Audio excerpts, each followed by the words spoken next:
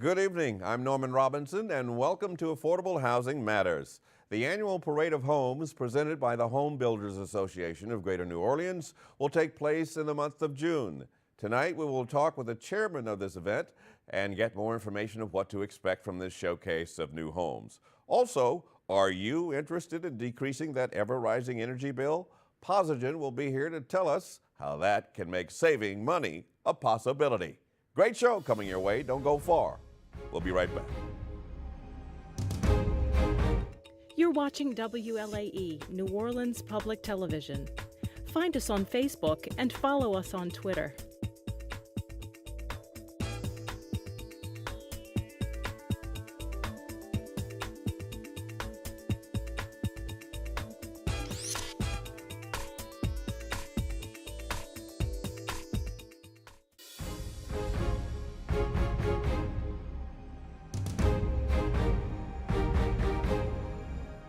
The annual Parade of Homes is celebrating 75 years of serving the greater New Orleans area. It is the region's best opportunity to tour new homes and see the latest in home construction and design. With me now is Mr. Zach Tyson of Tyson Construction to tell us what the 2016 Parade of Homes has to offer. How you doing? Good. How are you? Fine. Great to have you here. Thank you. Home ownership is still the most exciting adventure for the average American, is it not? Yes, sir, it is. It's the American dream, right? No question about that. The 2016 Parade of Homes, what is it? It's an annual tour put on by the Home Builders Association of Greater New Orleans that's free, open to the public. This year, it's June 4th and 5th and 11th and 12th. The homes will be open from 1 to 5 p.m. And it's really just a chance for people to get out and see what the area's most reputable builders have to offer in the way of new construction, design, trends, things like that. How do I find it? You can find it on our website, nolapoh.org, and it'll be in the paper. We'll have some more advertising getting out there so people can really find, and we'll have a map. You can see all the different homes, where they're located, addresses, that sort of thing. And what's the process of going from house to house? Once you get your map and you're I guess situated on how to find where you're going, what's the process? Right. It's really up to each individual person and family. They can go and hit them all. If they maybe are looking to renovate or buy or build in a certain area, they can maybe target that area and see what that builder or builders are doing in that area. So it's really up to anybody to see what they can do. Some people like to hit some of the houses one weekend and then go back and hit the other ones the next weekend. Mm-hmm. What are they looking for specifically when you tour the Parade of Homes? Really, it's a chance to, we say, get inspired. Mm-hmm. You can see whether it's energy efficiency or the latest design trends, just overall home construction.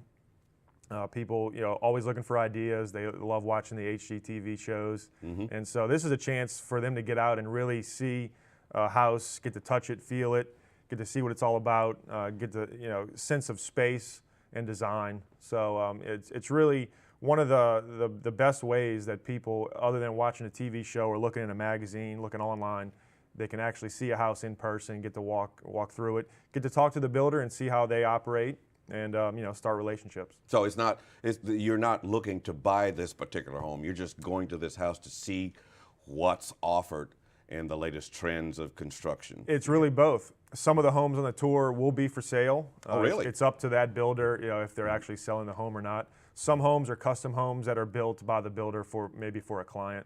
But some actually are for sale, and some will be on this year's tour. So literally, you could walk in, love the house, and you could walk out with the keys. So okay. Yeah. All right. That is exciting. As you know, the name of this show is Affordable Homes Matters. So what about affordability? Yeah. It's really ever since the storm. We had a lot of influx. Of whether it was labor or materials really going up. With the recovery and with homes being built and trying to people get back into the homes, whether renovating or new construction. The last few years, it's really leveled off as far as cost of construction to go along with affordability. We really haven't seen any big price increases lately, which is good. But really the story, both I think overall for our area and also for the parade, is some of the areas around New Orleans that have been really hot the last few years, whether it's the lakefront, maybe the uptown, the Garden District. Some of those areas have been really hot and still are. But we're seeing now that people are really looking at other areas of the city and really setting down roots. And whether it's the West Bank, we have some homes on this year's tour that are actually in the English Turn, the villas of English Turn. So we have some homes on the West Bank, and almost as many homes on the West Bank for our tour as we have on the East Bank, which we don't really see that.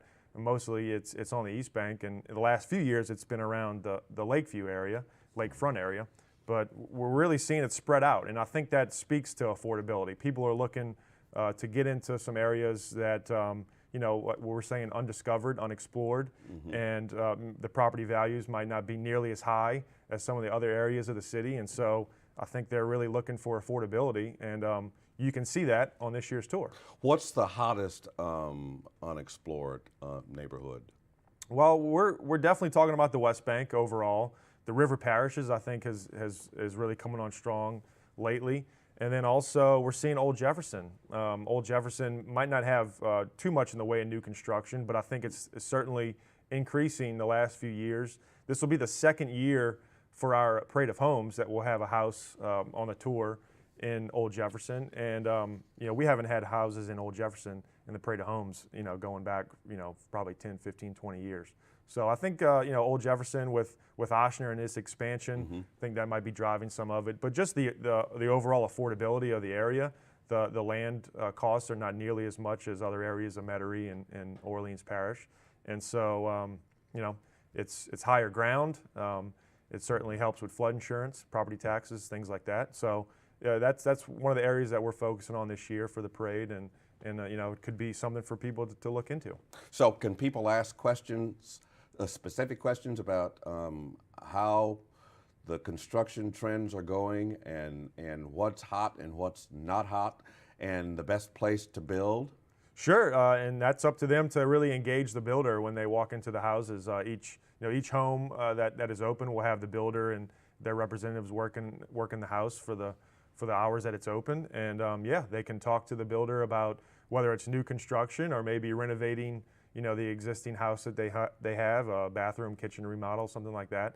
It's up to them to really engage the builder, see what they have to offer, and again, like, you can get some good ideas, and really they can translate those features and designs of the house that they're in, the new house, and maybe apply it to a renovation to their existing home. And you can give them some personal advice because you just constructed a home, did you not? Yes, sir. And the area that we were talking about, Old Jefferson, we invested, my wife and I, in the Old Jefferson area, and that's where we're choosing to put down our roots, and we built our home there. And so, we're excited about it. What kind of trends did you follow in the construction of your home?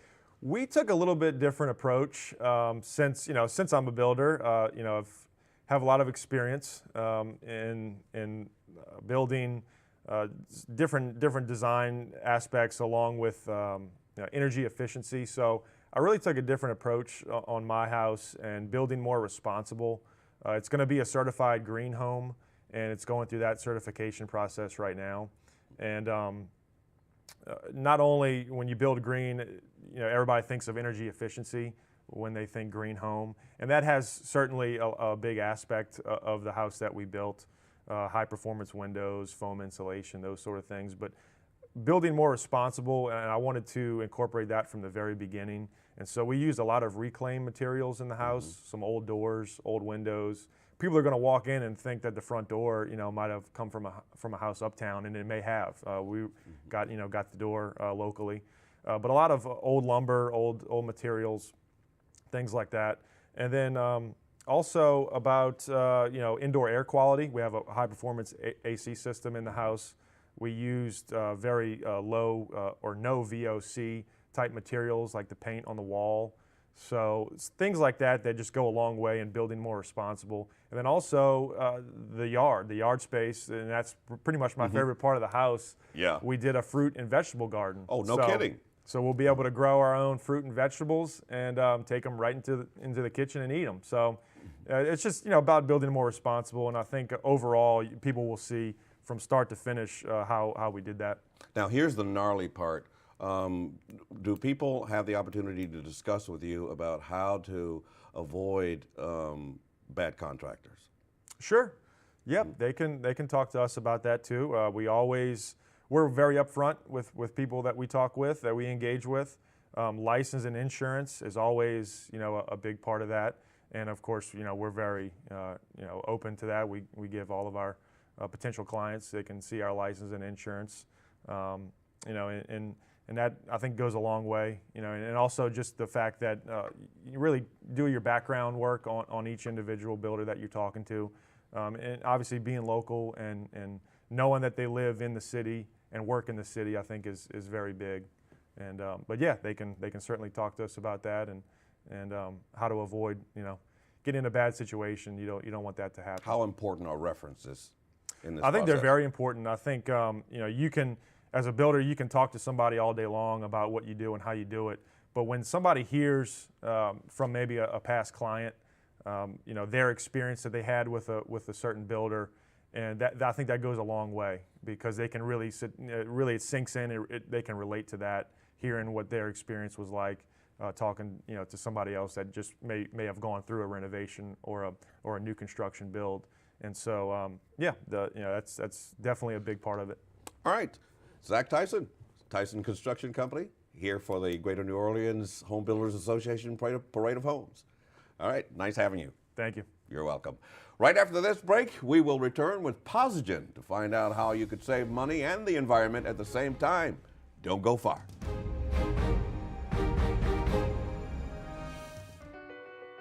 My life is full of statistics.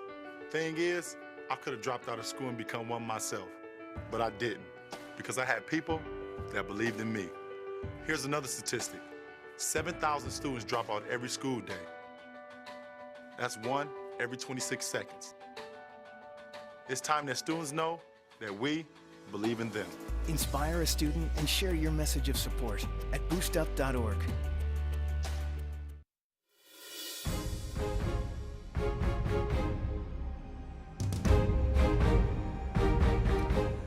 One of the main components for owning and or renting an affordable home is maintaining an affordable living.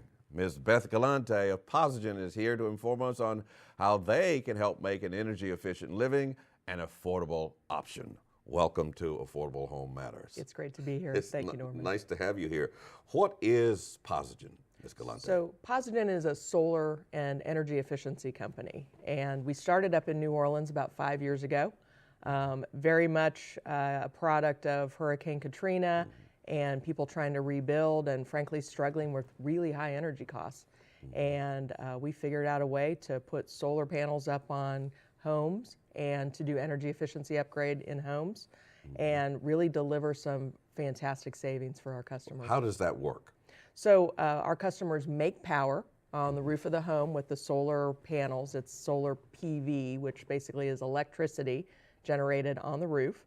And then we have energy efficiency contractors who just go through the whole house, and they're experts, certified, and they figure out where are you losing money in air leaks and your light bulbs and just all those little things that add up to a really big utility bill every month. And then we go make upgrades to lower the demand from those different areas. And so when you make the power on the roof with the electricity up there and you really cut the consumption with the energy efficiency upgrades, we have customers drop their bills 40, 50, even 60%. Now let's talk about the affordability. What's the breakdown on the demographic that spends the most of its income on utilities? Well, I'm sad to report that New Orleans is one of the worst cities in the nation in terms of energy costs. We have energy poverty here that's just really outrageous. And of course, everybody watching the show knows that. We've all had those high bills. But unfortunately, it's our lowest income families that are really suffering the most. They're paying on average about 10% of their income goes to that energy bill every month. We find for PosiGen, we try to focus most of our attention on getting low-income homeowners to consider solar and energy efficiency, because it can make a huge difference in the amount of money that they have every month. So in the event that I'm, say, an elderly person who's just on Social Security, fixed income, yeah. How does that work? How would that work for me? So we would have one of our energy professionals come to the home and look at the roof, see if it's good for solar, which basically means it gets enough sunlight, it doesn't have trees in the way or a tall building next door. So that's the first question. Can you generate enough electricity on your roof to really make a financial difference? And then if it's good for solar and the customer's interested, then we can kind of calculate how much energy is going to be generated by the panels and how much energy we think we'll be able to save them on an energy efficiency upgrade. And if our customers choose the energy efficiency and solar, we guarantee that they save more than they pay us in the first year of what is a 20-year lease. Basically, the homeowner leases the equipment from us, so they don't have to worry about buying it. And we are 100% financing approval. So a fixed income person, we are not concerned that it might be a modest monthly income, and we're not concerned about credit scores. If our numbers match up and we can guarantee our customer is going to save money, then it's a good investment for retirees and folks on fixed income. Huge number of our customers are retirees. So those turn out to be some of your best customers. They really are. Because they are saving the most money. Exactly. When you're on a fixed income, obviously that monthly energy bill is a big deal. And particularly for our lower income folks, if they're spending 10 cents on the dollar every month, if we can drop that bill 40, 50%, and make sure that we have a modest monthly payment. Our average customer is saving more than $400 in the first year that they do a lease with us. And that's $400 positive in their pocket that they can then spend on obviously more important things, for food, medicine, going to a neighborhood restaurant, things that are much more important. You got more disposable income. Exactly. That's spent in the community, and that helps make the family stronger, and it helps make the community stronger. Now, how does it work for the seasons? Do you save more money in the winter, or do you save more money in the summer? So the thing about solar is it's the sun. So the longer the sun's up during the day, the more energy that's going to be generated. So we find actually right now in the spring is when our customers tend to save the very most money. In fact, we've got a lot of customers who end up with a big credit on their bill in the spring and in the fall. In the winter, the sun's not up as long, so it's not going to generate as much power. So the savings aren't going to be as impressive in the winter. And then, of course, in the summer, for all of us, the air conditioner's running nonstop, which is, of course, the biggest energy suck in the house, but you got to have that cool air. So even though the panels are generating a ton of electricity, you're using most of that to keep that air conditioner running and keep your house comfortable. What happens when the power goes out? Say Energy loses power, or Clico loses power. How does my solar system work? Right. Well, unfortunately, that happens a lot in New Orleans and Louisiana. And right now, our systems are tied to the grid. We call it tied to the grid, which means if the grid goes down, unfortunately, the system turns off. And we have to do that now for safety reasons. But help is on the way. Oh. Batteries. Really? This is the new thing, and this is just really starting this year. Some folks watching may have heard about Tesla coming up with batteries, and this has always been the challenge, right? Because solar energy is only generated during the day, sun goes down at night, or it's a super cloudy day, and you're not getting that power.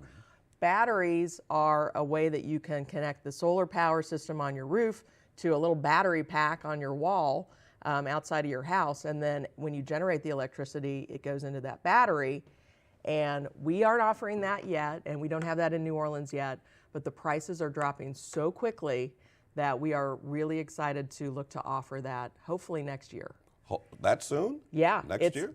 Solar power has dropped in cost more than 80% in less than 8 years. The cost of the batteries are dropping even faster. And we are as soon as it's affordable, as soon as we can offer our customers an affordable option, we want to start to include that. So when the grid goes down, you have at least some power. I don't think it would ever pan out really well, particularly for our lower income folks, to run everything in the house. But just running your lights and the fan, maybe a little window air conditioner in the bedroom. Well, anything helps in this heat and humidity, Isn't that true? right? Exactly, exactly. So we're not there yet, but PosiGen is really keeping an eye on it. We actually have 2 companies that we're talking to, and as soon as we can get that number where it needs to be, we are excited to start to offer So it. how do I get started if I want PosiGen? So the easiest thing to do is just to get online and check us out at PosiGen.com, or to call us 1-866-PosiGen and just set up an appointment. It's free. We're not charging anything, and there's of course no obligation. But we're really hopeful people will just kind of take that step to see if solar's right for them. And again, we're not a hard sell company. We really want to help our customers save money, and we would just be so excited for the privilege to sit down with more families, particularly ones who are struggling with utility bills, and see if we couldn't help them. Yeah, I noticed your slogan is Solar for All. Yes. What is that? Yes, we are growing pretty fast. We're in Connecticut as well, and we have an exclusive partnership with the state up there. And we decided to call it Solar for All, and it really is Solar for All because we don't look at the minimum income, minimum credit score. We make it affordable for 100% of homeowners. If your roof's in good shape and you have a utility bill that's high enough to make sure that those numbers pan out well, we offer solar to all. Now, does it work on any type of roof? We don't do slate, unfortunately. Those are really expensive roofs, and they don't take kindly to our Intrusion. Exactly, and you wouldn't want to hurt that kind of roof. But pretty much any other roof we can install on. Now, it does need to be in good enough condition, although thanks to Katrina, most everybody does have a roof that's in good shape. And then really the only other obstacle is ideally they're facing towards the south, because of course that's where the most sun is. And we can't do it if there are trees blocking the roof significantly. It's all about an unobstructed sunshine for the roof. One thing I always like to throw in though is it makes your roof stronger. Oh, really? People assume the opposite. And when Yeah. I first started, That's my assumption. right, you would. Yeah. But it's plywood, it's shingles, and it's nails or screws. When our team gets up there and puts the solar panels on, it's aluminum and it's bolts, and it really strengthens that roof. And of course our panels are hurricane rated, and it's not only good for the roof, and it stays on in a good wind, but it keeps your roof cooler, right? So for those of us who unfortunately have a black roof, Yes. just like you don't want to stand outside in a black t-shirt during a hot summer day, when you cover up a big chunk of the roof with a solar panel, it stays really cool under it. So it helps, another way that it helps drop the temperature in your attic, which means it's dropping the temperature in your house, which means that summer utility bill isn't going to be quite as scary. All right. Making learning all about solar very interesting. Thank you. You're very welcome. We will be right back to wrap up the show right after this break. I need help finding a doctor. PACE. I needed help with my medication. PACE. I needed help getting around. The Shirley Landry Benson PACE Center is a place that helps seniors remain in their homes providing the care they need. If you or a family member are over 55 years old, you may be eligible for benefits offered by PACE. For more information, contact us at 504-835-0006. PACE, caring for those who cared for us. Welcome back. Here on Affordable Housing Matters, we work hard to bring in informative guests and have them provide information that is valuable to you, our viewer. With hurricane season on the horizon, we would like to provide you with a few important tips to have you prepare for the start of this 2016 hurricane season. Know where to go. If you are ordered to evacuate, know the local hurricane evacuation routes to take and have a plan for where you can stay.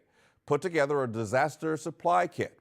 Include flashlight, batteries, cash, first aid supplies, and copies of your critical information.